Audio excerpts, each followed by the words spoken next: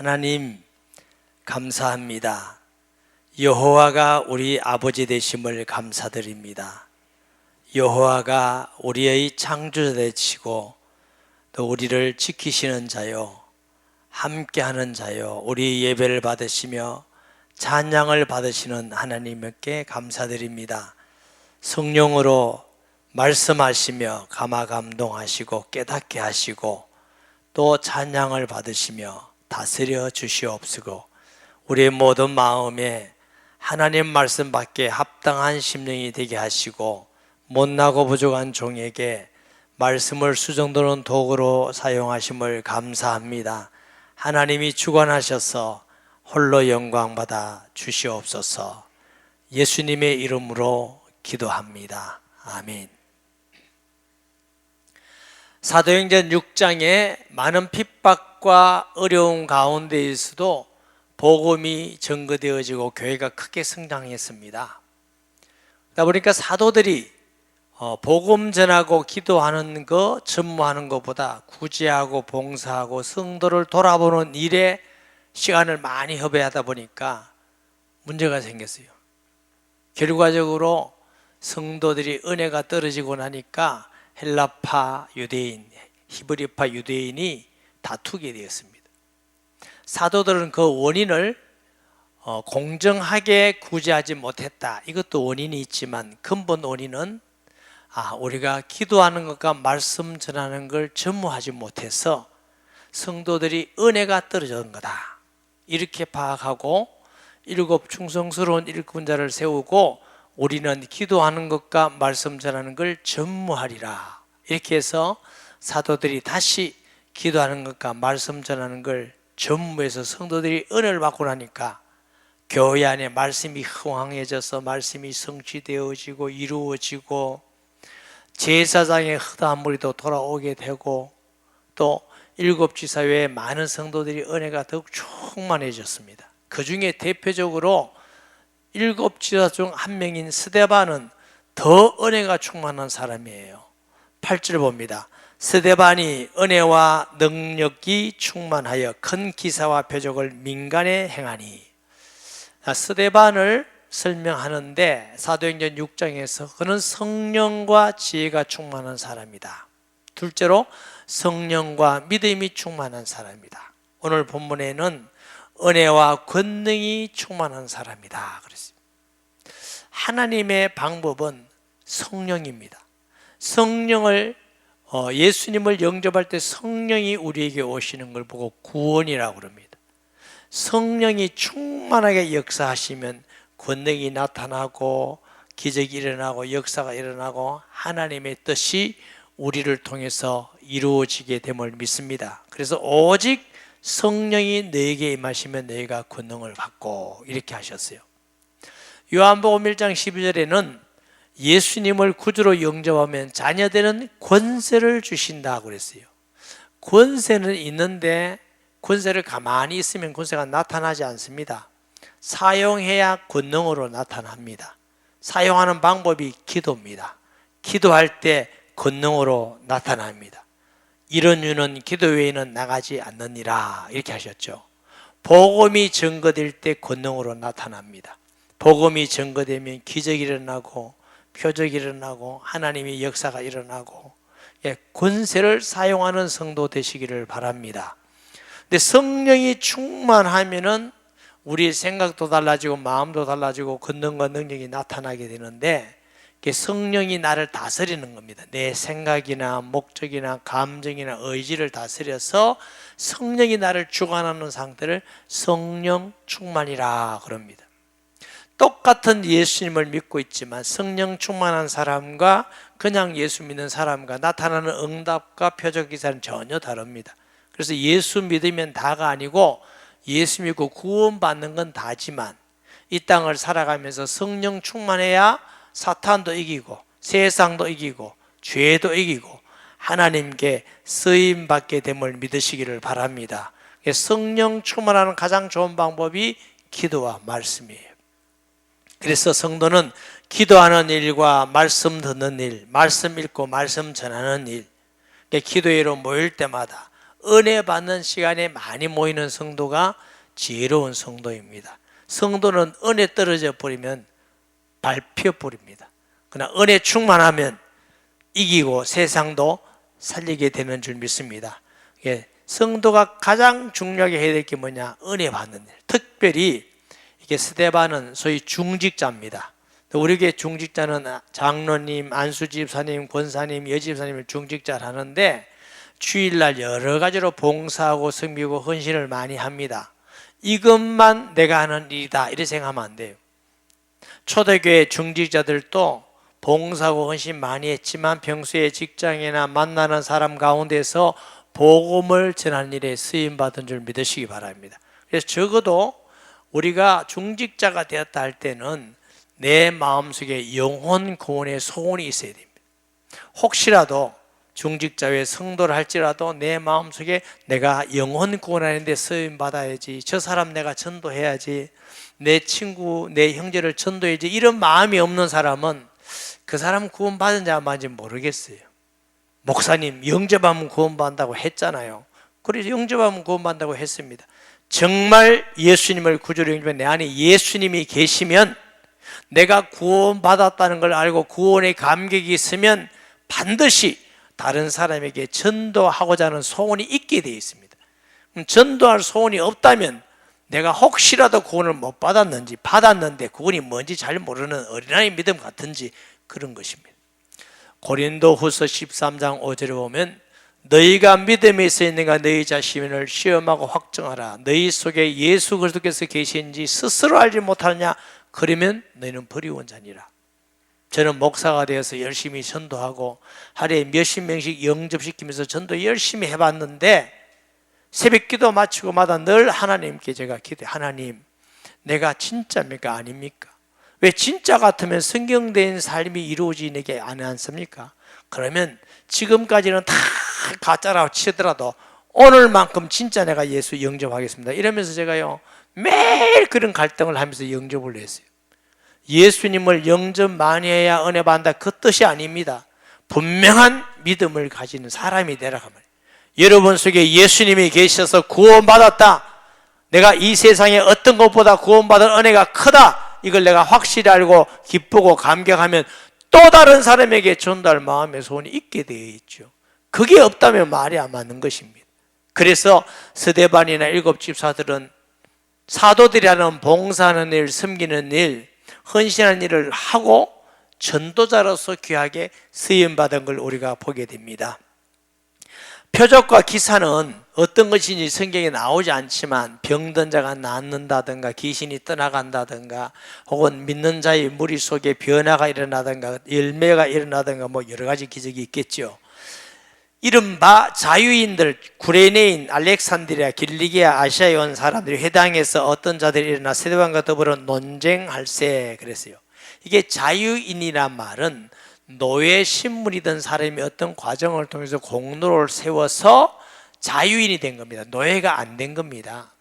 이런 사람들이 여러 곳에서 살았고 예루살렘에서 이 사람들이 와서 많이 살았다는 겁니다. 구레네는 어디냐면은 구레네는 저 아프리카 리비아 북쪽에 있는 해안 도시인데 문화와 산업이 발달했던 지역이라고 그러고요. 그 다음에 알렉산드리아는 에집트 북쪽에 있습니다. 에집트 북쪽인데 저는 알렉산드리아 공항을 가봤어요. 거기 한번 내려서 봤어요. 그 공항을 보니까 지금 별로 크지 않더라고요. 제가 자세히 봤어요. 왜? 워낙 유명한 곳이기 때문에. 알렉산드리아 대왕이 자기를 기념하기 위해서 세우신 도시가 알렉산드리아예요. 여기 기독교적으로는 얼마나 중요한 곳이냐 하면은 여러분 성경을 70인 번역이라는 70인역이라는 게 있어요. 소위 셉차진이라는 건데 성경학자 72명을 알렉산드리아 대왕이 알렉산드리아에 모아서 번역한 겁니다. 그러면 구약 성경은 주로 히브리어, 소수의 아람어로 되어 있는 걸 히브리어로 번역했는 성경을 70인경이라 했고 예수님 당시 성경이 70인경입니다. 예수님도 그 번역된 헬라어 성경을 읽고 사용했던 걸로 우리가 알고 있습니다. 그 번역지가 알렉산드리아예요. 그래서 상당히 그 유명한 곳이죠. 뿐만 아니고 길리기아는 북쪽, 서북쪽의 아시아권인데 여기 길리기아는 바울의 출생지이기도 하고 바울이 자라기도 하고, 그래서 길리기아 다소 유명하죠. 그리고 아시아, 소아시아, 에베소 중심으로 한 아시아 지역인데 지금 터키 지역입니다. 저는 아시아 지역도 가보고 있는데 가봤어요. 제가 왜 이렇게 말씀드리냐면은 여러분이 혹시 좀 모아서 여행을 하고 싶으면 다른 여행보다 우선적으로 에집트나 이스라엘이나 요르단 혹은 저 소아시아인 터키 쪽이나 그리스 쪽을 해보는 게 좋습니다. 이유는 뭐냐? 제가 가보고 이것은 은혜 받았다는 게 아니고 감동이었습니다. 사복음서에 있는 현장들을 밟고 예수님이 십자가 지고 걸어간 그 거리를 밟아보고 또 문을 들어가 보고 사도들이 있던 데를 보고, 그리고 소아시아에 있는 사도 바울이 전도했던 현장들을 돌아보면서 야, 성경은 정말 역사적 사실이구나, 실제로 전부 다 있었던 거구나, 그리고 보고 나니까 성경을 훨씬 더 이해하기가 좋았다는 거예요. 그래서 여러분 가서 조금 보시면서 우리가 하나님 말씀을 잘 믿고 이해하는데 크게 도움이 될 것입니다. 이들이 회당, 이 자유인들은요 많은 사람들이 있고 자기들 나름대로 회당을 만들어서 예배도 드리고 성경 공부도 가르치고 이랬다고 하는 겁니다. 그래서 논쟁할 때 가능하면 우리가 복음 전하다가 논쟁하면 좋은 열매는 없습니다. 바울이 아테네 가서 논쟁했는데 별 열매가 없었다 이렇게 하잖아요. 이겨도 안 믿고 지면 기독교를 비방합니다. 그래서 전도는 우리가 증거하는 것이고 숨기는 것이고 낮아지는 것이고 사랑하는 것인 줄 믿으시기 바랍니다. 그러니까 전도는 관계지 논쟁, 말로서 논쟁해서 믿게 하는 건 아닙니다. 그러나 논쟁을 한다 할지라도 우리는 그 논쟁을 이길 수 있는 이유는 우리가 하나님의 진리를 가지고 논쟁하기 때문에 그런 줄 믿습니다. 누가복음 12장 12절 말씀에 마땅히 할 말을 성령 곧 그때 너희에게 가르치시라 하시니라. 저는 전도하면서 어떻게 말하고 무슨 말을 해야 될지 암담할 때 기도하며 하나님이 감화 감동 주셔서 열매 맺은 경우가 굉장히 많습니다. 그 중에 하나가 서울에 저기 동국대학교 불교학과 교수가 귀신 들렸다고 누가 전도해달라 해서 제가 만났는데 가면서 제가 기도했어요. 이분하고 논쟁하고 싶지 않고 어떻게 복음을 전할까 기도하는 중에 그 사람과 나하고 공통적인 걸 찾아라는 감동이 왔어요. 그럼 공통적인 게 뭘까? 아, 저분도 영혼이 있다고 생각하겠구나. 저도 영혼이 있다고 믿으니까. 그래서 교수님 영혼이 있는지 아십니까? 이렇게 해서 이제 전도를 시작했는데, 불교는 윤회라는 걸 믿어요. 전생, 금생, 내생을 믿는데 이 잘못된 사상이 깨지지 않고는 예수 믿을 수 없다는 생각이 들어서 교수님 사람에게만 영혼이 있습니다 이랬더니 짐승에게도 있습니다. 여러분 불교라는 건 사람과 짐승, 벌레가 같은 겁니다. 행위에 따라서 윤회될 뿐입니다. 그러나 성경은 짐승과 사람이 다릅니다. 사람만 하나님의 형상으로 지음받은 줄 믿으시기 바랍니다. 그래서 대화가 안 돼요. 그분은 짐승에게도 영혼이 있다고, 저는 사람에게 영혼이 있다고. 말이 안 돼서 하나님 할 말이 없습니다. 뭐라고 말할까요? 감동이 사람과 짐승이 다르다고 얘기해라. 그래서 교수님 사람하고 짐승하고 다릅니다.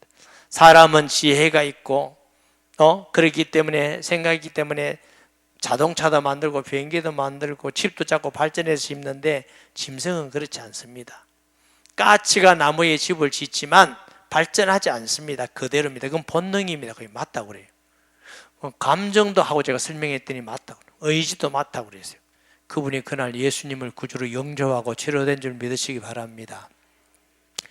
얼마 전에 우리 부목사님 중 한 분이 저를 찾아와서 목사님, 우리 집사님 아버님이 한 분 편찮으신데 병원에 계시다가 요양병원으로 이동하는데 그 사이가 5분밖에 없답니다. 근데 평소에 복음을 전했겠지만 목사님이 5분 사이에 복음을 전해주세요 이렇게 말씀을 하셨는데, 목사님 제가 어떻게 전해야 될지 모르겠습니다. 그래서 목사님, 아픈 환자고 연세가 많으니까 첫 번째 대답이 어르신 참 힘들지요 이렇게 여쭤보시고, 그러면 그렇다고 할 거다고. 둘째, 어르신, 참 우리가 내 마음대로 되는 게 하나도 없지요. 그럼 그렇다고 할 거다고. 젊을 때는 내 마음대로 되지만 연세 많고 힘이 없으면 그렇습니다. 우리가 태어나는 것도 죽는 것도 사는 것도 우리 마음대로 되는 게 하나도 없습니다. 그렇다 할 거다. 그것은 우리에게 주인이 있단 말입니다. 내 마음대로 태어난 것도 아니고 그 주인이 하나님이신데 어르신을 사랑하십니다. 어르신을 위해서, 우리의 죄를 위해서, 하나님 모르고 살았던 게 죄인데 예수님을 보내서 대신 죽게 하시고 예수님이 부활해서 살아계십니다. 영접 마음에 모시기만 하면 하나님의 자녀 되고 용서받고 천국 갈 수 있습니다. 예수님 영접하시겠습니까? 이렇게 부르고, 이렇게 우리 목사님이 아마 어떻게 하신지 저보다 잘했겠죠. 그분이 영접했다 얘기 들었어요. 그리고 얼마 있다가 돌아가시고 지난주에 장례를 했습니다. 그러면서 그 따님이 너무 확실하게 구원받, 아버지가 너무 분명하게 말씀하셨다니까 너무 감사하다는 거예요. 사랑하는 여러분, 전도는 이렇게 중요합니다. 우리가 복음 전하고 말로만 전하지라고 하지 마시고 사랑하고 섬기면, 하나님이 기도하고 있으면 기회해 주시면, 하나님께 기도하고 말씀 전하면 주께서 성령을 통해서 말씀을 주실 줄 믿습니다. 11절에 사람들을 매수하여 말하게 하되 이 사람이 모세와 하나님을 모독하는 말을 하는 것을 우리가 들었다 하노라 하고, 주로 유대인들은, 율법을 믿는 사람들은 예수님께도 그렇고 스데반에게도 그렇고 정죄를 두 가지로 합니다. 첫째로는 하나님을 모독했다, 성전을 모독했다, 아니면 율법을 모독했다, 이렇게 말하는 것입니다. 자, 살펴보겠습니다. 마태복음 26장 64절 65절 보면 예수께서 이르시되 내가 말하였느니라. 그러나 내가 너에게 이르노니 이후에 인자가 권능의 우편에 앉아있는 것을, 하늘 구름을 타고 오는 것을 너희가 보리라 하시니, 이에 대제사장이 자기 옷을 찢으며 이르되 그가 신성 모독하는 말을 하였으니 어찌 더 정의를 요구하리요. 보라, 너희가 지금 이 신성 모독하는 말을 들었다. 유대인에게서 신성 모독은 사형입니다. 예수님이 신성 모독했다는 죄는 내가 하나님의 아들이다, 이게 신성 모독이라는 것입니다. 예수님은 하나님의 아들이십니다. 그들이 자기 수준으로 몰랐을 뿐이지 하나님의 아들입니다. 요즘도 불신자들 가운데 교회는 아예 없어져야 될 종교다, 교회에 대해서 이상한 자기 나름대로 비판을 합니다. 헌금에 대해서, 교회에 대해서, 목사에 대해서 몰라서 그렇습니다. 그 사람들의 기준과 수준으로 교회를 말하는데 교회는 그들에게 정죄받을 이유가 없습니다. 교회는 성경대로 교회의 법이 있고 교회에 가르치는 신앙대로 하면 되는 줄 믿으시기 바랍니다. 마가복음 14장 58절 말씀에 우리가 이 말을 들으니 손으로 지은 이 성전을 내가 헐고 손으로 짓지 아니한 다른 성전을 사흘 동안에 저리라 하더라 하되, 보세요. 여기 예수님이 성전을 헐라, 내가 3일 만에 세우리라. 여러분, 구약은 오실 그리스도를 예표하는 것입니다. 성전을 주신 것은 성전이신 예수님이 오신다, 그런 뜻입니다. 그럼 예수님이 오셨으면 성전이 필요해요, 안 필요해요? 필요 없죠. 그래서 무너뜨리라, 예수님이 3일 만에 부활하신다, 이 말씀인데 그건 못 알아들어. 그들은 늘 건물 중심의 신앙을 하고 있다고요. 율법도 예수님이 뭐라 하셨어요? 속죄제를 드리기 위해서는 어떻게 해요? 양을 잡아요. 제사장에 박아서 피를 흘려요. 그래야 속죄, 제사를 통해서 속죄돼요. 그런데 예수님은 그림자가 아니라 친히 화목제물이 오셔서 친히 죽으셔서 더 나은 제사가 있어요, 없어요? 없어요. 그래서 이제 예수 믿으면 구원받는 거죠. 그 예표인데 예수님 오셨으면 양 잡아요, 안 잡아요? 잡을 필요가 없죠. 그건 이제 폐해진 겁니다. 완성해진 겁니다. 예수님을 통해서 완성해진 줄 믿으시기 바랍니다. 그런데 사람들, 유대인들은 예수님이 하나님 아들 그리스도라고 믿지 않으니까, 또 구약 성경을 볼 때에 그리스도 중심 예표를 보지 않고 문자적으로 보니까 예수님을 십자가에 못 박아라 한 것입니다. 몇 년 전에 이선화 전사님께서 저보고 부산에 계실 때 어떤 우리 교회 집사님이 계셨는데 꼭 목사님을 뵙자고 합니다. 그래요. 오시라고 하세요. 알겠습니까? 그래서 제가 잘 모르겠는데 보면 알겠지요 하고 이제 제가 뵙기로 했어요. 약속 시간을 하고 있는데 저기 조금 늦어요. 왜 늦었냐 했더니 우리 본당 얘기 들렸다가 왔다고 그래요. 그러면서 얼굴 색이 벌써 별로 편한 색이 아니에요. 그러면서 목사님, 거룩한 성전이 어떤 곳인데 그게 관리 집사가 올라가서 청소를 하고 그럽니까? 아, 그래요. 이분은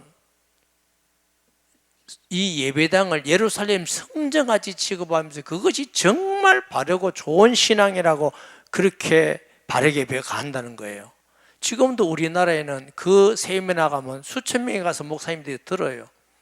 여러분, 지금 성전은 그것이 아니고 예수 믿는 우리 몸이 성전이에요. 성령에는 하나님의 몸인 줄 그 성전인지 알지 못하느냐? 예루살렘 성전에 성령이 임한 것이 아니고 마가다락방에 임했습니다. 건물을 믿는 자가 아니고 예수 믿는 자여야 될 줄 믿으시기 바랍니다. 율법도 이미 율법의 주인이신 예수님, 성전의 주인이신 예수님, 그 예수님 중심으로 믿는 게 맞습니다. 마가복음 2장 28절에도 보면 이러므로 인자는 안식일에도 주인이니라. 예수님이 안식일의 주인인데 유대인들은 안식일 날 예수님이 병 고친다고 안식일을 범했다고 정죄하고 잡아가고 이렇게 한다고요. 내가 안식일의 주인이다. 안식일은 사람을 위하여 있는 것이다. 그러니까 문자적으로 하나님이 주신 의대도를 믿지 않은 것이죠. 하박국 시대에 보면은 성전에서 하나님이 임하겠다 그랬어요. 하박국 2장 20절. 오직 여호와는 그 성전에 계시니 온 땅은 그 앞에서 잠잠할지니라 하시니라. 이 하박국 시대까지 말라기까지 성전 중심의 신앙입니다. 그 성전은 누구를 모형했어요? 예수 그리스도를 모형했습니다. 이 말은 예수님 중심 신앙생활 되라 그 말이에요. 장소가 어디냐가 아니고 예수 믿고 예수 이름으로 기도해라. 내 이름으로 기도하면 내가 시행하리라. 지금까지는 너희가 내 이름으로 아무것도 구하지 않았지만 구하라 받으리니 내 기쁨이 충만하리라. 예수님 이렇게 말씀하셨다고요. 다니엘이 바빌론의 포로 앞에 갔을 때 하루 3번씩 성전을 향하여서 기도했습니다. 이걸 가지고 어떤 목사님은 여러분이 어디 있든지 교회를 향하여 기도하세요 또 이렇게 가르쳐요. 아닙니다. 성전은 예수님입니다. 어디 있든지 예수 믿고 예수 이름으로 기도하는 것입니다. 건물 중심의 신앙이 아니에요.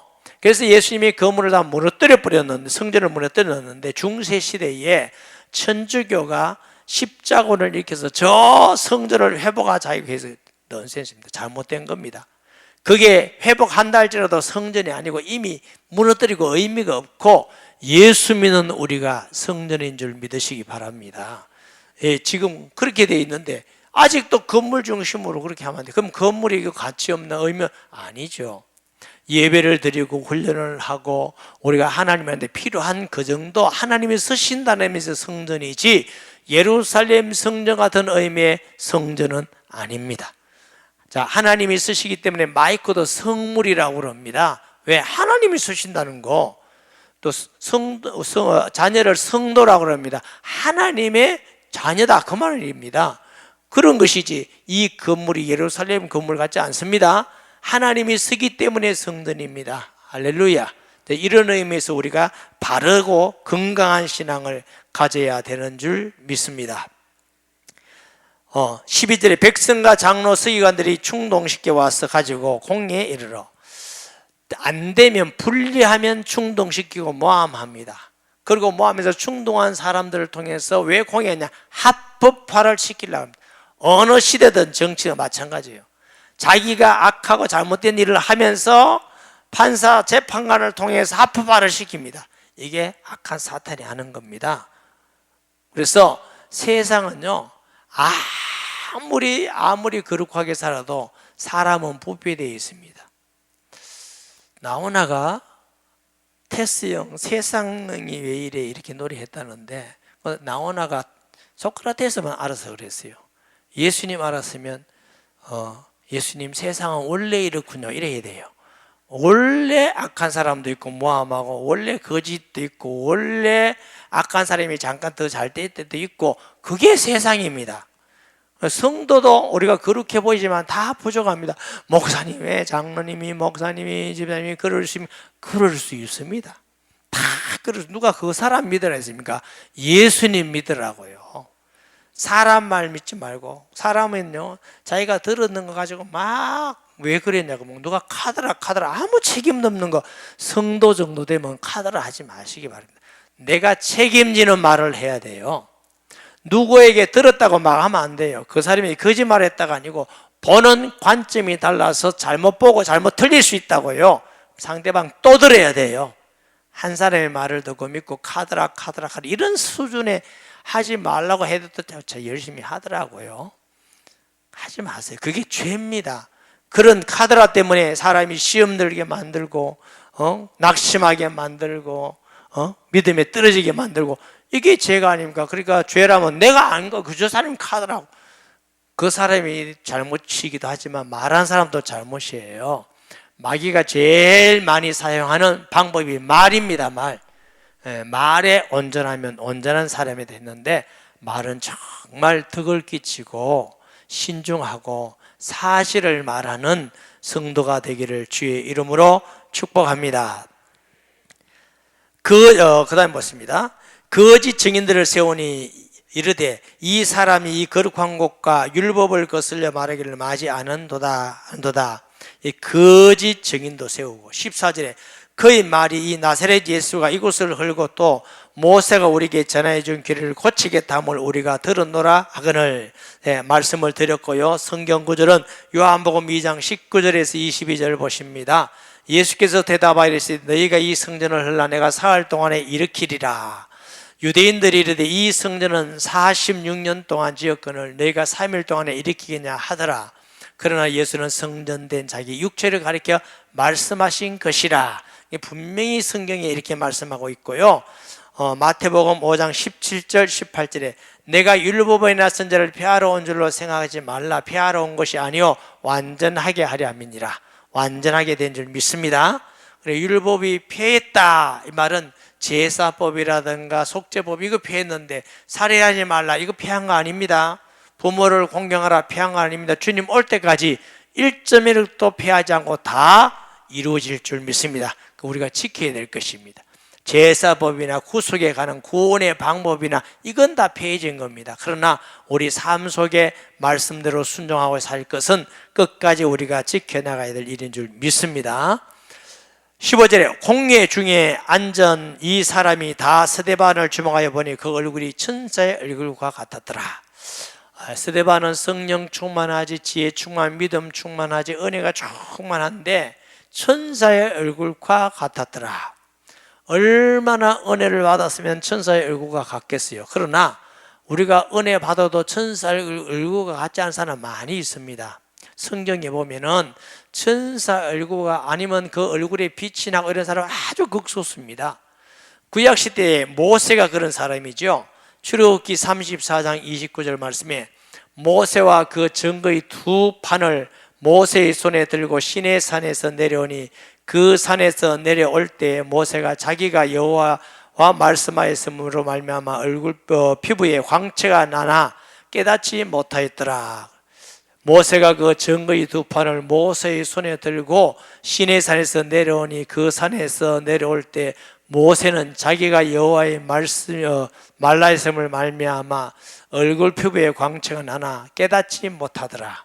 그러니까 모세가 광채가 나는데 사람들 앞에 가니까 눈을 못 떠서 수건을 가리기도 했습니다. 말은 은혜가 충만하다 이런 말씀이죠.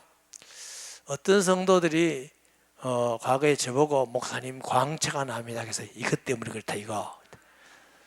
요즘 듣는 사람은 무슨 말인지 잘 이해하지 못하지만 제가 이해시키려면 확 빼버리고 싶은데 그럴 수가 없고요. 그래서 내가 그 광채가 나는 건 이마 때문에 그렇습니다. 이마. 목사님 아니다. 아니긴 뭐 아니야. 이마 때문에 그렇습니다. 이마. 내가 지어드리겠습니다. 여러분 스데반의 얼굴에 천사의 얼굴과 같았다는 것은 정말 하나님께 가까이 가고 은혜가 충만했다는 뜻입니다. 은혜가 충만하면 두려움이 없어집니다. 불안도 없어집니다. 남 미워하는 말도 없어집니다.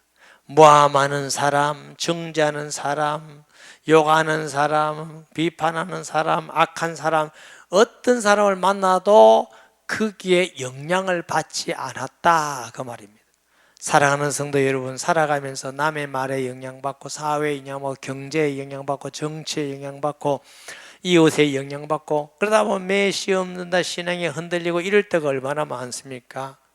우리도 스데반같이 은혜가 충만해서 누가 무슨 말을 하더라도 신앙에 영향받지 않고 정치가 어떻다 할지라도 예수 믿고 복음 전하는 일에 영향받지 않고 상황이 어떻다 할지라도 어떤 악한 사람을 만난지를 할지라도 내 신앙에 흔들림이 없고 두려워하거나 불안함도 없고 미워함도 없고 은혜 충만한 성도가 되는 것이 하나님이 기뻐하는 신앙이 아니겠습니까? 그래서 사람에게 환경에게 하는 일에 너무 영향받지 마시고 그건 원래 사람들이 다 그렇게 하는 거예요. 원래 정치하는 사람은 거짓말도 하고 사업하는 사람도 거짓말을 치고 이웃 사람도 사기치는 사람도 있고 다 원래 그런 겁니다. 그 이상하게 생각하지 마세요. 아 원래 그런 거구나. 사람은 원래 저런 분도 계시구나. 나도 그래야지. 이렇게는 하지 마시라고. 그렇지만 우리는 하나님의 사람으로서 진실하고 참되고 선하고 할렐루야. 이게 성도의 표입니다. 착함과 의로움과 진실함에 있느니라. 이게 성도가 그 가운데 있잖아요. 손해 보더라도 내가 진실하고 손해 보더라도 내가 착하고 의롭게 소금과 빛이 되어 사는 은혜를 통해서 흔들림이 없는 승리하는 신앙 되기를 주 예수님의 이름으로 축복합니다. 말씀 기억하면서 통성 기도하겠습니다. 거룩하시고 살아계신 아버지 하나님, 은혜와 사랑을 감사드립니다. 오늘 말씀을 통해서 하나님 다시 한번 우리를 돌아보며 연약한 우리를 긍휼히 해주시며 스데반같이 말씀과 기도로 은혜가 충만하고 성령이 충만하고 권능이 충만해서 사람들의 말이나 환경이나 세상의 일을 보고 흔들림이 없이 두려워하거나 걱정하거나 염려함이 없이 또 미워하거나 악한 생각이 들지 않도록 늘 은혜 가운데 승리하며 복음 전함으로 그리스도인으로서 그리스도의 편지로서 살아가고 승리하는 온누리 교회와 성도가 되게 하여 주옵소서. 예수님의 이름으로 기도합니다. 아멘.